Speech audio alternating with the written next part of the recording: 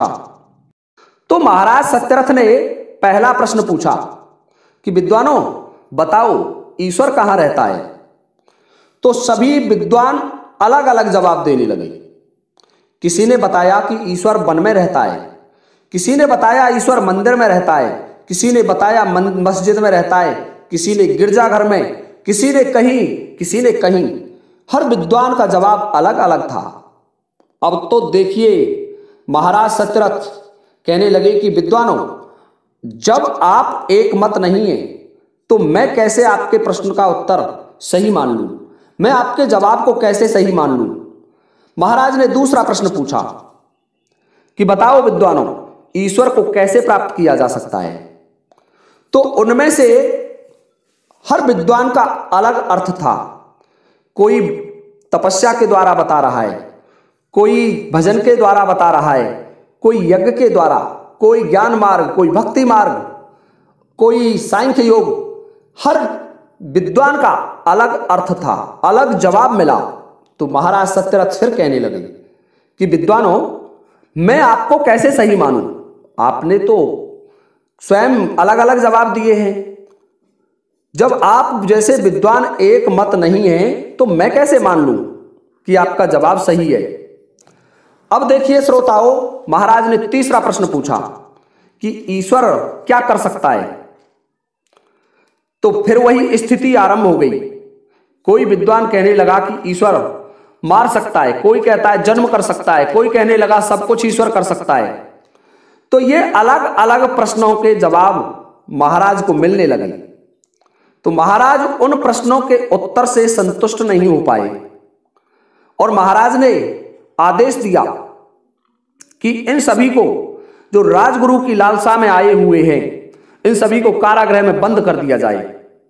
ये राजगुरु तो क्या शास्त्रार्थ करने के योग्य भी नहीं है। तो देखिए श्रोताओं, महाराज सत्यरथ ने उन सभी विद्वान ब्राह्मणों को, ऋषि मुनि साधु संतों को, जितने भी विद्वान आए थे, अपने कारागृह में बंद कर दिया। और महाराज ने आदेश दिया कि जो भी कोई ब्राह्मण साधु संत आपको मिले उसे मेरे पास लाओ। श्रोताओं, महाराज की आज्ञा का पालन करने के लिए समस्त सैनिक, जो भी कोई ब्राह्मण मिलता उसे महाराज सत्यरथ के पास ले जाते और महाराज सत्यरथ उससे वही 3 प्रश्न पूछते। क्या ईश्वर कहां रहता है, ईश्वर को कैसे प्राप्त किया जा सकता है, और ईश्वर क्या कर सकता है। तो कोई भी महाराज के प्रश्न का सही जवाब नहीं दे पाता।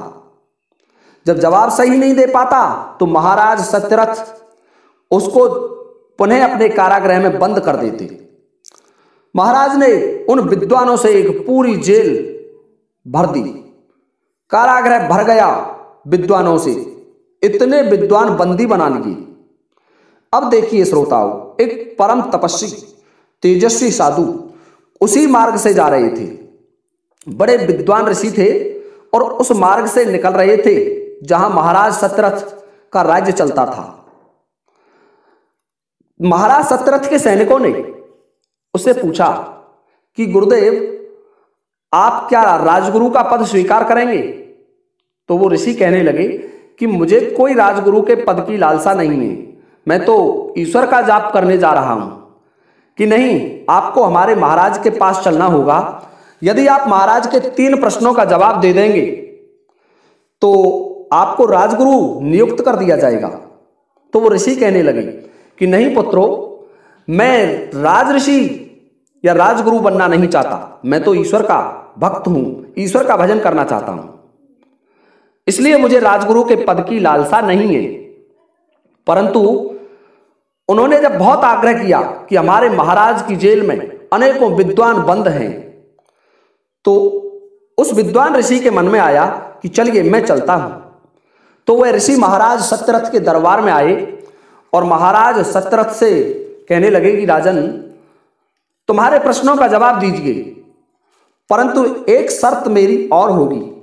राजा बोले, कहो ऋषि श्रेष्ठ, मैं आपकी सभी शर्तें मानने को तैयार हूं कि यदि आपके प्रश्नों का जवाब लग जाए तो आपको राजगुरु के पद के साथ साथ इन सभी विद्वानों को कैद से रिहा करना होगा। राजा सत्यरथ बोले कि ठीक है, मैं आपकी शर्त मानता हूं।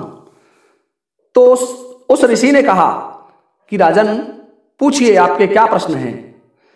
कि गुरुदेव एक बात बताओ, ईश्वर कहां रहता है, मेरा पहला प्रश्न है। तो ये बात सुनकर के तो उस ऋषि ने महाराज सत्यरथ से कहा कि महाराज एक गिलास मीठा दूध मिलेगा। राजा कहने लगे अवश्य मिलेगा ऋषि श्रेष्ठ। तो महाराज सत्यरथ ने एक गिलास मीठा दूध मंगवाया और ऋषि कहने लगे कि राजन, इसको चाख करके देखिए। तो जब राजा ने वो दूध चाखा तो मीठा था। ये बात सुनकर के राजा कहने लगे कि गुरुजी, ये दूध मीठा है। तो फिर ऋषि कहने लगे कि राजन, ये बताओ इसमें चीनी कहाँ है, मीठा कहाँ है, मुझे तो दिखाई नहीं दे रहा है। तो राजा कहने लगा, अरे ऋषि श्रेष्ठ, आप ये बताइए कहीं चीनी दिखाई देगी क्या? दूध में घुल गई, वो दूध में घुली हुई है, केवल उसका आभास कर सकते हैं। तो फिर वो ऋषि बोले कि राजन, बस यही आपकी भूल है। जब आपको दूध में चीनी दिखाई नहीं देती तो ऐसे ही हमें ईश्वर दिखाई नहीं देता। जैसे दूध में चीनी घुली हुई है, ऐसे ही हर प्राणी में, हर वस्तु में ईश्वर घुला हुआ है, वो इस संसार में घुल चुका है। राजा की समझ में ऋषि की बात आ गई। ऋषि ने तो अपने प्रैक्टिकली तौर पर बताया था कि हे राजन, जैसे ये चीनी इस दूध में दिखाई नहीं देती, ठीक उसी प्रकार से ईश्वर हमें दिखाई नहीं देता। राजा कहने लगे कि गुरुदेव, मैं आपके इस उत्तर से संतुष्ट हूं। ऋषि कहने लगे आप अपना दूसरा प्रश्न पूछिए। तो राजा ने दूसरा प्रश्न पूछा कि गुरुदेव ये बताएं, ईश्वर कहां रहते हैं। तो ये बात सुनकर के ऋषि कहने लगे कि मुझे एक पतीले में दही मंगवाओ। तो राजा ने एक पतीला दही मंगवाया और दही जब उस दरबार में रख दिया तो ऋषि कहने लगे, राजन, इसमें कहीं मक्खन दिखाई क्यों नहीं दे रहा है। तो राजा कहने लगे, गुरुजी, सामान्य सी बात है, मक्खन ऐसे दिखाई नहीं देता, जब आप इसे मथोगे तो ही मक्खन निकलेगा, बिना मथन के मक्खन नहीं निकल सकता। तो ये बात सुनकर के ऋषि कहने लगे कि राजन, आपके दूसरे प्रश्न का जवाब यही है कि ईश्वर प्राप्ति के लिए आपको मंथन करना होगा। बिना मंथन के जैसे घी नहीं निकलता, उसी प्रकार से ईश्वर को प्राप्त नहीं किया जा सकता। आपको ईश्वर प्राप्ति के लिए मंथन करना होगा। राजा ये जवाब सुनकर के संतुष्ट हो गए कि गुरुदेव, आपका जवाब बिल्कुल सही है। ऋषि कहने लगे, राजन, अपना तीसरा प्रश्न पूछिए। तो तीसरा प्रश्न राजा सत्यरथ ने पूछा कि गुरुदेव, ये बताएं, ईश्वर क्या कर सकता है। कि राजन, इसके लिए मैं आपके दो प्रश्नों के जवाब दे चुका हूं, परंतु इसके लिए आपको अपना राज्य 5 मिनट के लिए मुझे देना होगा। राज्य की सारी व्यवस्थाएं मेरे अधीन हो जानी चाहिए। ये बात सुनकर के राजा कहने लगे कि ठीक है गुरुदेव, जैसी आपकी आज्ञा। मैं 5 मिनट को आदेश जारी करता हूं कि 5 मिनट तक हमारे राज्य का संचालन आपके हाथ में होगा। जो आप आज्ञा देंगे वो मान्य होगी। तो 5 मिनट का राज्य संचालन जब ऋषि के हाथ में आ गया तो ऋषि अब सिंहासन पर बैठ गए और राजा नीचे बैठ गए। तो ऋषि कहने लगे कि राजन, अब समझ गए होंगे आप कि क्या गुरुदेव, कि ईश्वर यही कर सकता है। देखो, कुछ समय पहले आप यहां के राजा थे, आपका आदेश चलता था, लेकिन अब आप राजा नहीं हैं। मैं चाहूं तो आपको मृत्युदंड दे सकता हूं, और यदि मैं चाहूं, क्योंकि मैं अब यहां का राजा हूं और कुछ समय पहले आप राजा थे।